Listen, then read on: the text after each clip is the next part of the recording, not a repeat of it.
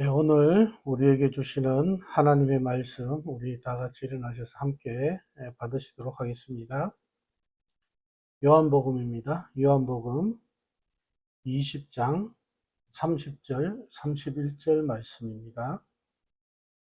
30절에 예수께서 제자들 앞에서 이 책에 기록되지 아니한 다른 표적도 많이 행하셨으나 오직 이것을 기록함은 너희로 예수께서 하나님의 아들 그리스도이심을 믿게 하려 하며 또 너희로 믿고 그 이름을 힘입어 생명을 얻게 하려 함이니라. 아멘. 자리에 앉겠습니다. 예, 오늘은 부활절입니다. 우리 옆에 분과 인사합시다. 할렐루야, 예수님 부활하셨습니다. 죽음의 권세를 이기시고 부활하셨습니다. 오늘은 예수님께서 사망 권세를 이기시고 무덤에서 부활하신, 다시 살아나신 부활 주일입니다.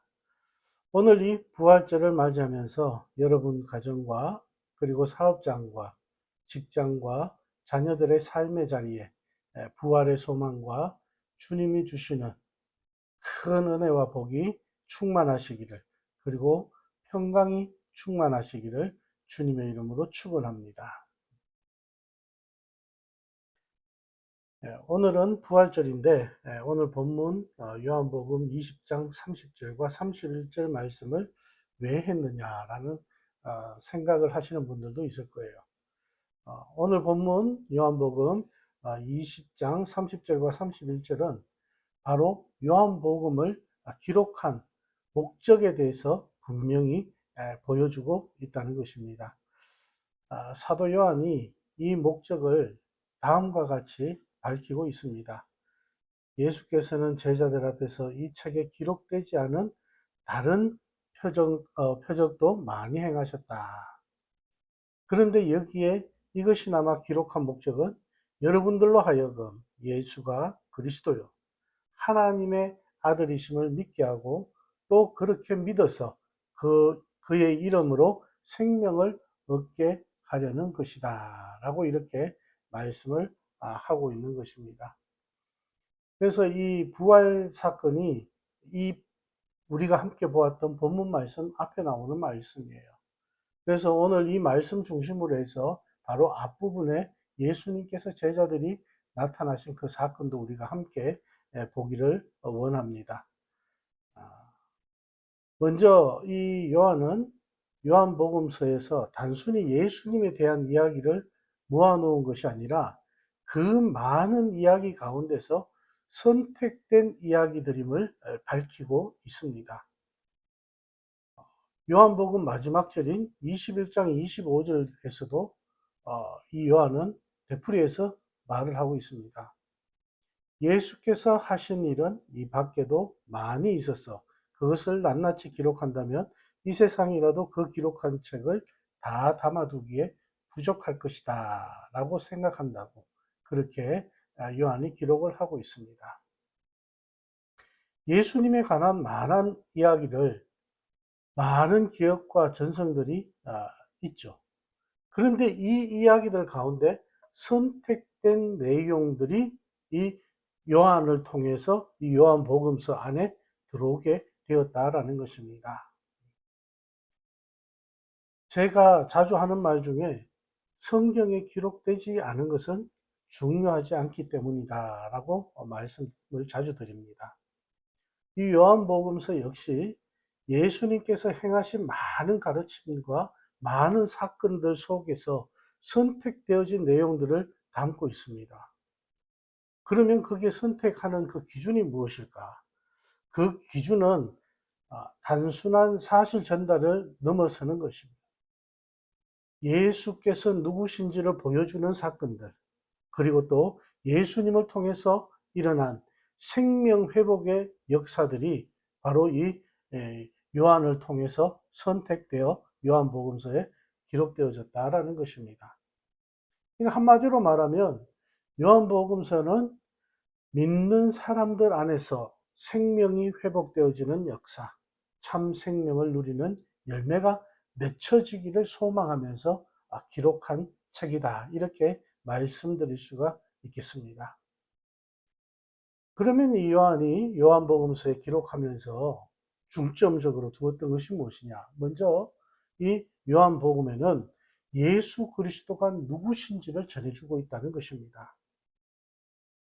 먼저 예수님은 그리스도이십니다. 예수 그리스도라는 말은 예수께서 그리스도시다는 그런 신앙 고백을 말합니다. 그리스도라는 말은 히브리 말로 메시아를 말하죠. 문자적인 뜻은 기름 부음을 받은 그러니까 기름 부음 받은 사람이다라는 말입니다. 이 말은 이스라엘 민족의 역사에서 하나님께서 보내주실 구원자의 의미를 갖게 되었습니다. 그러므로 예수께서 그리스도시라는 이 말은 우리의 구원자, 내 인생뿐만 아니라 오늘 이 세상 역사의 구원자가 되신다라는 그런 말씀의 의미가 담겨져 있다는 것입니다. 또한 이 요한복음서는 예수님께서 하나님의 아들이심을 강조하고 있습니다. 예수님은 단순한 인간, 위대한 스승, 세상 사람들이 말하는 성인 중에 한 사람? 아니죠. 이 모든 것을 뛰어넘어서는 하나님의 아들이십니다. 그 아들이 우리 가운데 오신 하나님이십니다. 성경은 분명히 말씀하고 있습니다. 예수님 그분은 바로 하나님의 아들이시라. 예수님이 누구신가라는 이 질문에 대한 해답처럼 이 성경 안에서 중요한 것은 없을 것 같아요. 예수님을 어떻게 우리가 이해하고 그리고 또 우리가 그 예수님을 어떻게 바라보느냐에 따라서 그 인생의 목적과 인생의 길과 그리고 그의 앞날 우리의 모든 삶이 결정되어진다는 것입니다. 그래서 요한복음서는 바로 이 믿음의 결단을 요청하고 있습니다. 예수 그리스도를 나의 구원자, 나의 주님으로 인정하고 모셔드리는 결단을 요청하고 있는 것이 바로 이 요한복음입니다. 이 결단은 바로 예수 그리스도 안에서 우리에게 베풀어 주신 놀라운 하나님의 사랑에 대한 우리의 응답입니다. 그러므로 믿지 않는 것은 단순한 나의 선택을 뛰어넘어서 믿지 않는 것은 예수 그리스도 안에서 하나님께서 베풀어 주시는 그 사랑을 거절한다는 의미가 됩니다. 그 사랑을 받아들이지 않고 내 고집에 매여 살아가겠다는 그런 뜻이 됩니다. 그러면 여러분, 왜 예수 그리스도께 대한 이 믿음이 중요할까요? 왜 성경은 우리에게 믿어야 됨을 강조하고 있을까요? 그 이유는 바로 예수 그리스도를 영접함으로 그 예수 그리스도를 믿음으로 우리에게는 생명을 주시기 때문입니다. 우리가 예수를 영접하고 예수를 믿음으로 영생을 누리게 된다고 말씀하고 있습니다. 그래서 이 요한복음은 예수 그리스도를 믿음으로 생명이 회복되는 역사를 위해서 기록하였다라고 이렇게 말씀드릴 수가 있습니다. 이 말씀은 역사 속에서 수많은 생명을 살려왔습니다. 오늘도 이 말씀 속에서 생명 회복의 역사는 이루어지고 있습니다. 이 시간 우리가 예배드리고 있는 이 시간에도 이 땅 어디에서는 이 말씀을 통해서 생명 회복의 역사가 일어나고 있는 것입니다. 오늘 본문은 요한복음의 기록 목적을 말씀하고 있다고 했습니다. 그런데 이 요한복음에서 가장 중요한 사건은 뭐니 해도 예수님의 부활 사건입니다. 저는 예수님의 부활 후에 말씀을 우리가 함께 보기를 원합니다. 오늘 요한복음 20장 19절부터는 예수님의 부활 후에 나타나심에 관해서 말씀하고 있습니다. 그래서 먼저 19절에 보면은 예수님께서는 우리에게 평안을 말씀하십니다. 주님이 말씀하시는 평안은 어떤 의미일까? 우리가 한번 생각해 보아야 됩니다. 예수님께서 십자가에 달려 돌아가시고 3일 만에 부활하셨습니다. 그리고 예수님이 부활하시고 무덤이 비어 있다는 이 사실을 베드로와 요한은 알고 있었습니다. 그들은 다른 제자들에게도 이런 상황을 자세하게 전했어요. 그러나 여전히 그들은 두려움에 떨고 있습니다. 그 이유는 바로 유대인들 때문입니다. 유대인들이 그들이 머물고 있는 이 은신처를 찾아내어서 고발하면은 체포당하고 예수님처럼 십자가에서 죽게 되지 않을까 두려워하고 있었다는 것입니다. 그래서 19절 말씀을 보시면요.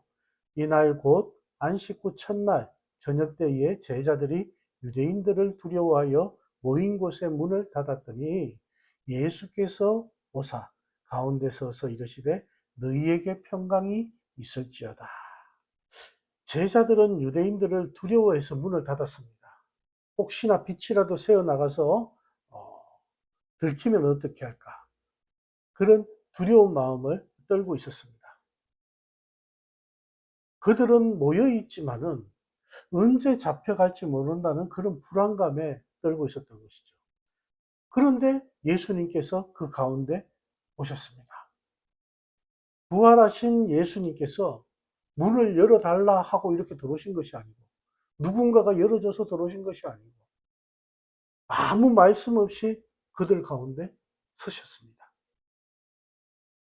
그들 가운데 서서 예수님이 하신 첫 번째 말씀은 너희에게 평강이 있을지어다 라는 말씀입니다.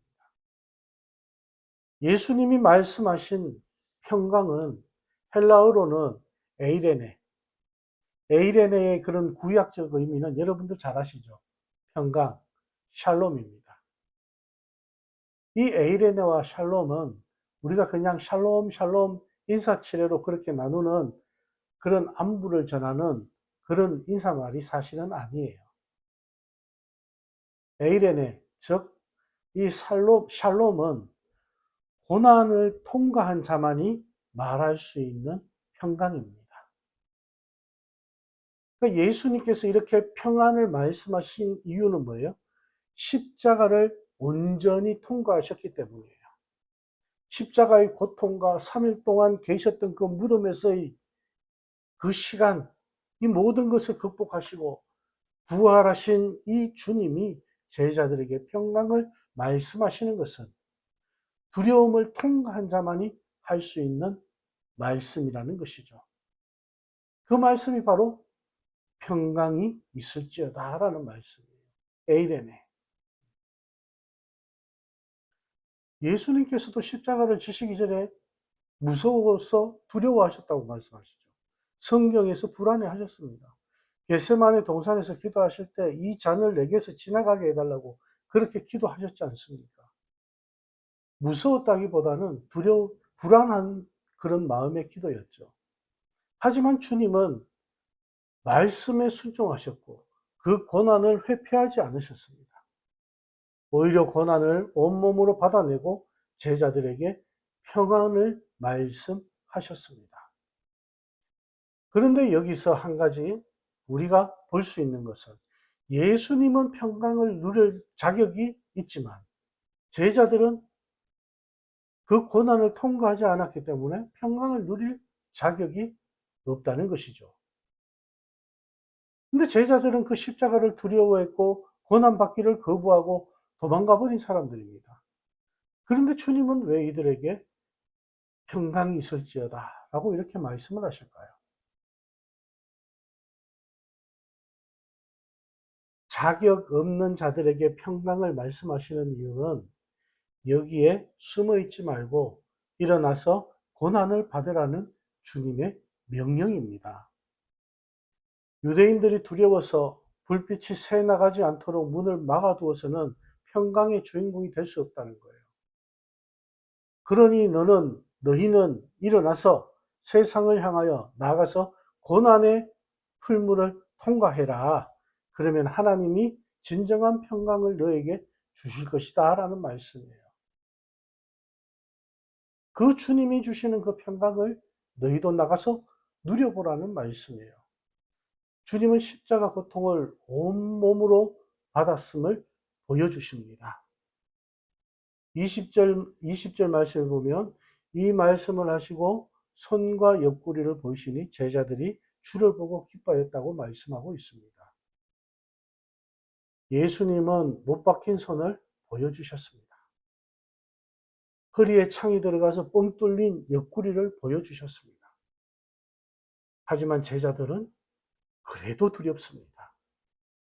예수님을 만나서 기쁘지만 예수님 손에 못자국과 옆구리에 창을 보니 두렵습니다. 왜? 나도 잡히면 예수님 그 손에 못자국이 나의 손에 못자국이 될까봐. 예수님 옆구리에 구멍난 그 창자국이 내 옆구리에 구멍난 창자국이 될까봐. 제자들은 주저하고 두려워합니다. 주님은 두려워하는 제자들에게 귀한 선물을 주시죠. 21절, 22절 말씀에 보면 예수께서 또 이러시되 너희에게 평강이 있을지어다. 아버지께서 나를 보내신 것 같이 나도 너희를 보내노라. 이 말씀을 하시고 그들을 향하사 숨을 내쉬며 이르시되 성령을 받으라. 아멘. 아버지께서 나를 보내신 것 같이 나도 너희를 보내노라. 이 말씀을 한 단어로 하면 나가라. 여기 있지 말고 나가라. 두려움에 떨지 말고 나가라. 제자들이 나갈 때 주님은 그들에게 선물을 주시는데 바로 성령입니다. 성령과 함께라면 어디든지 갈 수 있고 성령과 함께라면 고난도 두려워하지 않을 것이니 성령을 선물로 받고 성령과 함께 나아가라. 이렇게 말씀하셨습니다. 실제로 제자들은 성령을 받고 난 후에 달라졌습니다. 베드로가 용기가 생겼습니다. 사람들 앞에서 예수님을 3번이나 부인하고 도망쳤던 그 베드로가 성령을 받고 나니까 한 번 설교할 때 성령의 능력이 나타나서 3,000명이 회개하고 주님 앞에 무릎 꿇고 돌아오는 놀라운 기적 같은 역사가 일어납니다. 베드로는 더 이상 고난을 두려워하지 않습니다. 십자가를 두려워하지 않습니다. 감옥에 갇히는 것도 두려워하지 않습니다. 요한도 야고보도 또 다른 제자들도 그 어느 누구도 성령 받고 난 후에는 고난을 두려워하지 않았습니다.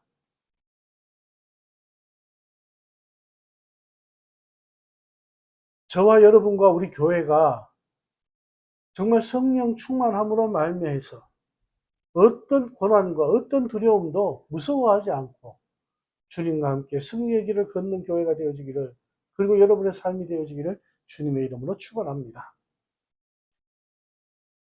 오늘 우리가 두려워하고 있는 것은 무엇입니까? 문을 닫고 불안에 떨고 있는 우리에게 주님이 찾아오셔서 성령을 선물로 줄 테니 성령과 함께 당당히 세상으로 나가서 고난을 받으라. 고난받고 난 후에 평강이 있을 것이니 이 평강이 너희를 해방시켜 줄 것이다. 성령과 함께 고난받기 위해 일어나 나갈 수 있기를 원합니다. 두려워할 것 없습니다. 성령께서 나를 지키신다는 사실을 붙들고 승리하는 믿음의 백성들이 되시기를 주님의 이름으로 간절히 축원합니다. 그런데 오늘 이 말씀을 우리가 보다 보면요. 20장 19절에서 24절 그리고 25절 말씀을 이렇게 계속해서 보다 보면 꼭 한 사람이 등장을 합니다. 예수님의 제자 중에 도마죠. 이 도마는 제자들에게 자기를 나타내셨을 때 그 자리에 없었습니다.